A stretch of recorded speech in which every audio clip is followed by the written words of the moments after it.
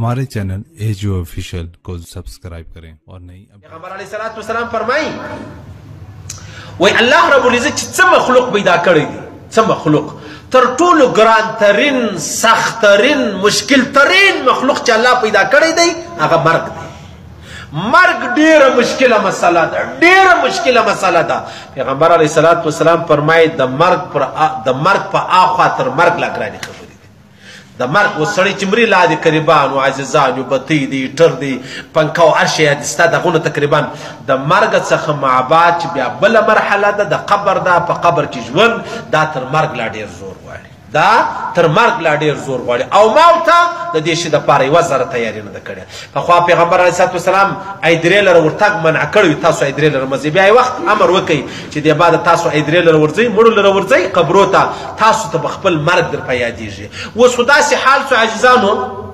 دا کله کله موږ ایدرې له لاړ شو جنازه او شی مې یې دا قریبان مې بيخي خو باغ زوی یا بلور یا بل هغه به څه پریشان وي کړي عام طور خلک سیلفیانی جوړي د قبر تصویر جلا جوړي د ډورۍ د جلا جوړي د دې چې په کېږدي جلا جوړي د دې چې مطلب په کفن کې دا ګر سره نشته چې یاره دا سړی روان دی سبا زوم پر دغه لاره باندې روان یم دا خو ډېره مشکله مسله ده دا ډېره مشکله مسله ده مردی تباہ او برباد سو مردی خوار سلو دا ځوانانو ته د خدای روی نسل ځوانانو فیسبوک ختم کړي فیسبوک ختم کړي والله بالله تله چې کله ودونه وکړي بیا به ټول شپه ژاړئ چې یا الله په ما څه فساتونه سوي دي ما ته خو نن کور والا ناسته ده زه هغه شی نه لرم چې دا کور والا مطمئنه کړم زه نن بیا په تاویزو ګزارئ په حکیمانو به دې ګزارئ په ډاکټرانو به دې ګزارئ تا ژوند تباه کوي تا ځان تباه کوي تا خپل وخت تباه کوي ځواني دې تباه کړله د خدای دپاره فیسبوک پرېږدئ خپل کاروبارونه کوئ خپل تعلیمونه کوئ انشاءالله العزیز بیا پریشانه کېږئ مه دا چې ودونه دا ځوانان وکړي بیا موږ له راځي پر موږ باندې ګرځي مولوی صاحب ډېر پریشانه یم ولې پریشانه یې 10 ورځې م د واده کېږي 10 ورځې خو بیا زه خپلو بچیانو ته در اوسه ورنږدې سوی نه یم یو شیسته نه ولې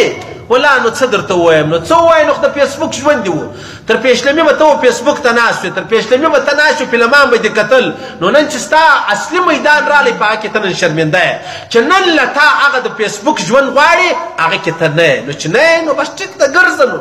ګرځه ښځه به دې بل ځای بیا لارې جوړوي ځکه ته خو ختم یې ته خو تباه یې ته برباد یې د خدای دپاره دا ختم کوي دا د خندا خبره نه ده دا د مجلسو د مذاق خبره نه ده د خدای دپاره که نظما زامونو بیا به راځئ دا ځوانانو ته وایم بیا به راځئ چې ودونه وکئ بیا مولوي صاحب تعویض راوکړه حاکم راوښیه ډاکټر راوښیه بیا به تا ته یوه ګولۍ په 200 در میلاویږي یوه ګولۍ هغه به ستا د یوې ګنټې دپاره یې فصل هغه به بیا ته دی لکه مړی ژوند مه تباه کوئ ځوانۍ مه تباه کوئ در په دره سواسخانه مې خرابه سوله تباه سولاست اودسونه تی نسي برابرولی غسلونه تی نسي برابرولی د شپې در پیشلمي پر تاسو مطلب ویښ ناست یاست په تعلیم کې راسي پریشان یې سبا زما پرچه ده ښه نو چیش وکړو ته یې وظیفه راوښیه ښه پرچه اوس په وظیفو سوله پرچه اوس په وظیفو سوله تا ژوند تا چې دا فیسبوک کتئ د هغه دپاره دې ولې وظیفه نه غوښته تا چې به در سهاره پر دا شپه روڼوله تا به ولې مطلب وظیفه نه غوښته نن چې دا ځای له راورسېدلې تعویضونه غواړې بیا به زوی هم په تعویض غواړې کوروالا چې راضي کوې دا به هم په تعویضه کوې پرون یو سړی رالی مولوي صاحب زما د کوروالا 1000 نه سره کېږي 1000 نو خو ژوند دې تباه کړی دي ولې سره وسې دا ستا کوروالا چې ستا څه کوم شی غواړې ته هغه شی لرې نه تا هغه شی لرې نه نو ستا کور والا تا څوک څه کوي تا څه کوي یوه غوا چې شیدې نه کوي هغه خلک پر کور نه ساتي چې پروړ دې خورې واښه دې خورې نارې دې وهي مزدور دې ورته نیولی دی شیدې کوي نه نو ته هم د هغه رقم یې ته چې د کور والا دپاره شیدې نه کوې نو ستا دپاره بیا پریشاني د کور والا بیا په رخشو کې ګرځې بیا په شاپینګ سینټرو کې ګرځې بیا په یارانو پسې ګرځې ولې ته تباه یې ته خوار یې ابلوز یو سړی رالی ول مولوي صاحب یوه ښځه وله ښځه هلته یو ځای ناست ولم نو ښځه دوکاندار له راله چې دوکاندار له راله بیا دوکاندار ته ویلې هغه مولوي صاحب دا دی چې ما د ښوولي مال خیر څنګه کیسه ده ول مولوي صاحب 3 کاله د واده کېږي تر دا اوسه پورې دا خپل خاوند نږدې نه دی ورغلی ښه نو ولې بس ختم د خبره ختمه ده نو بیا نو اوس ما څه کوئ ویلې و تاله درځي مطلب یو تعویض ماویض مال دا عین اوس کېدلی سي دا دی لکه یو سړی چې ته دا مړي ته یو تعویض در وکړه نو دا اوس کېدلی سي دا ښځې ورځه حجرې له ورځه ما نه قطعا دې نه راځي بلکل نه به راځي دا زموږ کار دی نه دا موږ کولی نه سو کوی هم نه نو وجه څه ده وجه د فیسبوک والا دي ډېر به وژاړئ 5 کاله سم تېر کوئ بیا به یو که د 50 کاله نور عمر پاتو هغه په خوشحالي او په خندا یي که نه ښځې درڅه غورځي هغه ځي بل ځای و دا اوس یو نوې خبره راغله دوه ورونه دي چې دوه ورونه دي نو دا یو ورور اوس ما سبق چې شروع دی زه خبرې چې کوم عجبه نه ده او تی به دا لیونی دي دماغ خراب والله کوم دماغ خراب دي دماغونه ستۍ خراب دي چې تی ما ته ناست یاست دا ځوانان الکوان ناست دي و پر ځوانانو مې زړه سوځل کېږي دا ټوله تباه دي نو دا یو ورور یې د خپلې ورېندارې سره میلاو دی اوس نو ورځ نه ده دوې نه دی کال نه دی ښه اوس ګرد کور خبر سلو نو څه چم کوئ ما خبر نو زه څه ووایم چې دا بې حیایي دا فیسبوک دا نیټ دا تصویرونه دا عام سلو نو به خود بیا سړی د ورېندارې سره ژوند برابر کړي ټیک سلو ورور جلا دی او ورېنداره جلا ده ای نو څنګه خبر رہی نو ډیره د پریشانۍ خبره د خدای د پاره ځوانانو زموږ ژوند لاړی زموږ ځواني تېره سوله اوس وتۍ ته موږ د تجربو خبرې کوو کې منئ وې منئ که نه ځانونه ټینګوئ بیا به ډېر وژاړئ او بیا ژړا پیدا نه درته کوي دی د افسوس خبرې دی د پریشانۍ خبرې دي چې د ورور کور والا سره د په میاشتو تعلق په میاشتو دی نه چې خالي یا بدکاري و زنا ورسره کوي یوه ورځ نه په میاشتو نه په کلو دا خو نو اوس په د دې ذمواره څوک دي د دې پوښتنه سړی د چا څه وکړي دا ولې پیښیږي خدا نه خواسته داسې نه چې زه ورته پیغور در کوم زه د معاشرې سړی یم زه د علاقې سړی یم زه غیر نه یم زه هم بچیان لرم زه هم خویندې لرم زه هم ورېندارګانې لرم خو خبره دا ده دا به څه کوو پخوا خو به پخواني خلک چې به داسې یو کار چې اوس غیرتمنو پر ځان بیا ټک وکوي بیا چې به سره خبر سو پر ځان بیا ټک وکوي اوس نه ورور څه ورته وایي دا ورور په دې خبر شو دا زما ورور زما د کور والا سره نه هغه ویشتلی دی نه دا د لوره خپل ځان ویشتلی دی چې یاره په ما څه فساد یو شی نشته پخوا موږ اورېدلي ول دا هندوستان لره چې ولاړ شي هلته زنا عامه یا هغه څه هندوستان خبرې کو دا خو زموږ خپله په دا مشکل کې یو نو فرمایي پیغمبر اسلام تاسو پر خپلو مړو باندې یاسین شریف وایست و مړو ته بیا یاسین چې بیا دا مرګ چې دی هغه اسانه کېږي یو شهیدان دي شهیدان خدای چې د پیغمبر علیه صلات وسلام فرمایي لکه ازغی چې ورجګ سي ازغی نو سړی خوږیږي داسې پر شهید باندې مرګ داسې دی بل حدیث کې راځي پیغمبر اسلام فرمایي لکه میږی چې وخوري اوس میږی به سړی څوک ټیک چلو شهید ډېره زوروره مرتبه ده ډېره لویه مرتبه ده سبحان الله دا بیا رسیږي نه موږ ګرده په بې غیرته ګروپ کې شمار یو چې د جنګ ویډیو لا نوس کتلی د جنګ ویډیو دا زمریان معلوم دي هغه داسې سرونه ورکوي قسم په خدای لکه مسخرې چې کوي وعن جندب رضی الله عنه قال رسول حضرت ابو هريره فرمایي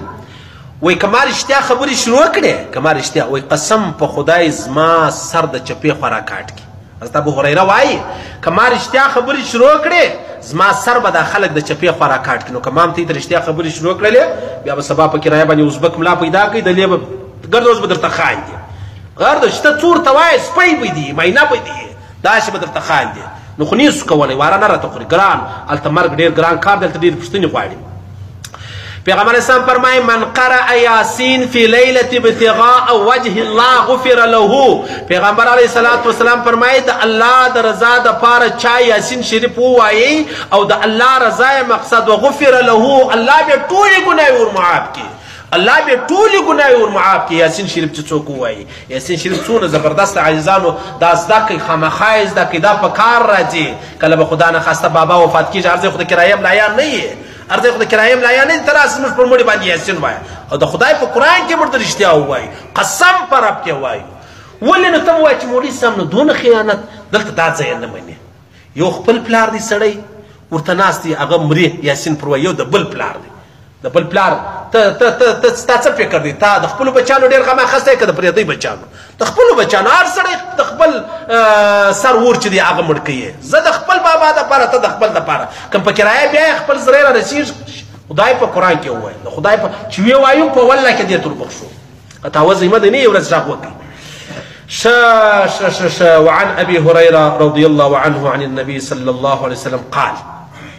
دا بل حدیث پیغمبر صلی الله علیه وسلم فرمایي څوک چې یو واره سوره یاسین شریف وایي یو واره سوره یاسین وایي ومن قرأ یاسین كتب الله بقراءته قراءة القرآن 10 مرات پیغمبر صلی الله علیه وسلم فرمایي سړی یو واره یاسین وایي دا دی لکه لس واره چې قرآن پاک خلاص کړي لکه لس واره چې قرآن پاک خلاص کړي حضرت ابو هريره رضی الله عنه روایت دی پیغمبر صلی الله علیه وسلم فرمایي و یو سورت په قرآن پاک ستا چې نومې سوره ملک دی 10 آیات دی پیغمبر اسلام فرمایي دا چې دا سړی دا سوره ملک وایي تبارک الذی چې دا چې کوم سړی وایي دا چې بیا کله مړ شي په قبر کې کښېږدي پیغمبر علیه السلام فرمایي ملایکه د پښو د خوا راشي دا صورت یې پښو ته ودرېږي وایي چیش کوې وایي دا مړ لر ورځم هغه اجازه نشته دا ملایکه راشي سر لري دا سوره تبارک الذی چې دا هغه راشي سر ته ورته ودرېږي وایي اجازه نشته بیا یوه اړخ ته بیا بل اړخ دا سوره ملک ورته اجازه نشته دا هغه سړی دی چې دی په دنیا کې ویلمه تا ته زه اجازه نه درکوم پیغمبر علیه الصلاة وسلام فرمایي زړه مې غواړي چې زما د هر امتي په زړه کې سوره ملک وایي تبارک الذی یاده کړې وای زړه مې غواړي چې زما هر امتي سوره ملک چې دی هغه یاد کړې وای نو په دې وجه باندې عزیزانو خبره داسې ده خبرې ډېر کوم نه ډېر خلک زما څخه خوابدي هم دي او مور خور هم راښکنځي پروا نه لري زه به خپل کار کوم دی د خپل کار کوي د رښتیاو خبرې کومې شروع کړې بیا سره خرابېږو نو زه به هم څه کوم ډېر به نه کوم څه به کومه چې ته یې هم راسه خوږ نه سي زه ځان هم بې عزته نه کړمه د خدای دپاره سپین ږیرو ته خو په دا حال نه یاست خبره اوس ولاړه سو اکسپیر سواست ختم سواست په شین نه بس لویه خبره مې دا ده زما دوا پر خپل ټیم و ماته راکړي بس نور دوی نه دا ځوانان چې کومې مسلې کوي تو خدای دا ځوانان به زه ولاړ کړم تو خدای تو ووایه تو خدای تو ووایه ستا په موبایل کې څو پریدی خلکو نمبرونه سته پریدی ښځو نمبرونه سته تو خدای ته ووایه ته دا کور د الله مخامخ قبلې ته ودرېږه ټیک سلو مه کوه توبه وباسه د دا بیانه بعد دا ټوله نمبرونه ډیلیټ کا کنی نو قسم په خدای ستا د خور نمبر بیا د بل چا سره ورسره قسم په رب دا د الله د رسول خبره ده قسم یې کړی د چا د خوندو نمبرونه د چا د خوندو تصویرونه په موبایل کې مه ګرځوئ کنی ستا د خور تصویر به راځي ستا د لور تصویر به راځي ستا د کوروالا تصویر به راځي دا یقیني خبره ده عزیزانو په دې کې شک نشته هېڅ شوبه نشته د هلکانو زموږ کله کله موبایل وخت په کپېدو اخته شي نه دی چې ولاړ به شي فولډران به خلاص کړو ته وایي فولډران دې نه خلاصوو خو ته خپله څه فکر کوه نو په دې وجه الله دې زموږ ته پرده وکړي د دا احادیثو په خاطر دې الله زموږ ځوانان نه راتباه کوي الله دې زموږ ځوانان نه راخرابوي که زموږ ځوانان خراب دي الله دې هدایت ورته وکړي الله دې زموږ لوڼې زموږ خوندې زموږ کوروالاوې زموږ عزیزان د ټولو مسلمانانو دې الله پرده وکړي الله دې داسې حال نه راولي چې موږ په داسې مشکل کې چې د هغه اخته سو یا بې عزته سو یا بدنامه سو کوم څوک چې بې عزته سوي دي خدای پاک دې د هغو پرده وکړي الله دې دوی پرده خوندي کړي خدای پاک دې پر مخ باندې موږ ته خیر راپېښ کړي الله دې ویل اورېدل قبول منظور وګرځي الله دې مغفرت وکړي الحمد لله رب العالمين والعاقبة للمتقين